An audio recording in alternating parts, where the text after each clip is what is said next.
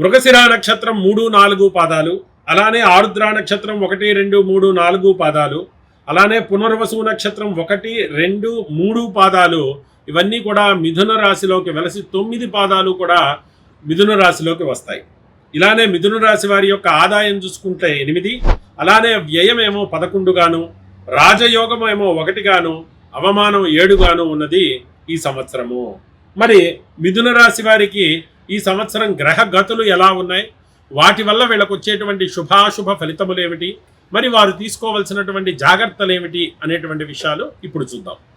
సంవత్సరం నుండి జన్మస్థానమందు గురుడు లోహమూర్తిగాను, జూన్ 2 నుండి 2వ స్థానములో లోహమూర్తిగాను, మరలా అక్టోబర్ 31 నుండి 3వ స్థానమున సువర్ణమూర్తిగాను, తిరిగి మరలా జనవరి 25, 2027 నుండి మరలా కర్కాటకమున తామ్రమూర్తిగాను గురువు సంచరిస్తున్నాడు.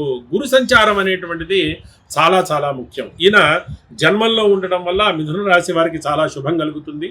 ద్వితీయంలో ఉన్నప్పుడు కూడాను ధనస్థానం అవటం వల్ల చాలా బాగుంటుంది. తృతీయ స్థానంలో వచ్చినప్పుడు కొంత తగ్గుతుంది, మరలా చతుర్థ స్థానంలోకి వెళ్ళినప్పుడు మరలా పుంజుకుంటుంది. ఇలా మిశ్రమమైనటువంటి ఫలితాలు ఉన్నాయి గురువు యొక్క అనుగ్రహం వల్ల.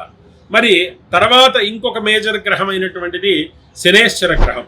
ఈ సంవత్సరము శని 10వ స్థానమున లోహమూర్తిగాను ఉగాది నుండి ఈ విధంగా ఉండడం జరుగుతోంది. లోహమూర్తిగా ఉన్నటువంటి శని ఈయనకు అంటే ఈ రాశి వారికి శుభమైనటువంటి ఫలితాలు ఇవ్వడం గమనించవచ్చు. తదుపరి ఇంకా ముఖ్యమైనటువంటి గ్రహాలు రాహుకేతువులు.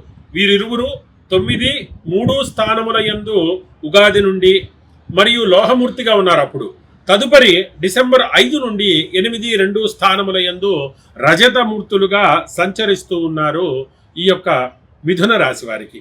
ఈ విధంగా గ్రహస్థితులు ఉన్నాయి ఈ సంవత్సరము మారుతున్నటువంటి గ్రహస్థితులు.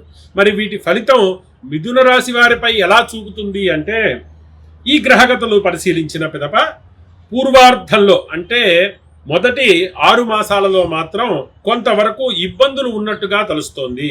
ఉత్తరార్ధంలో దీర్ఘకాలిక పెట్టుబడుల విషయంలో ముందుకు అడుగులు వేయటం మంచిది.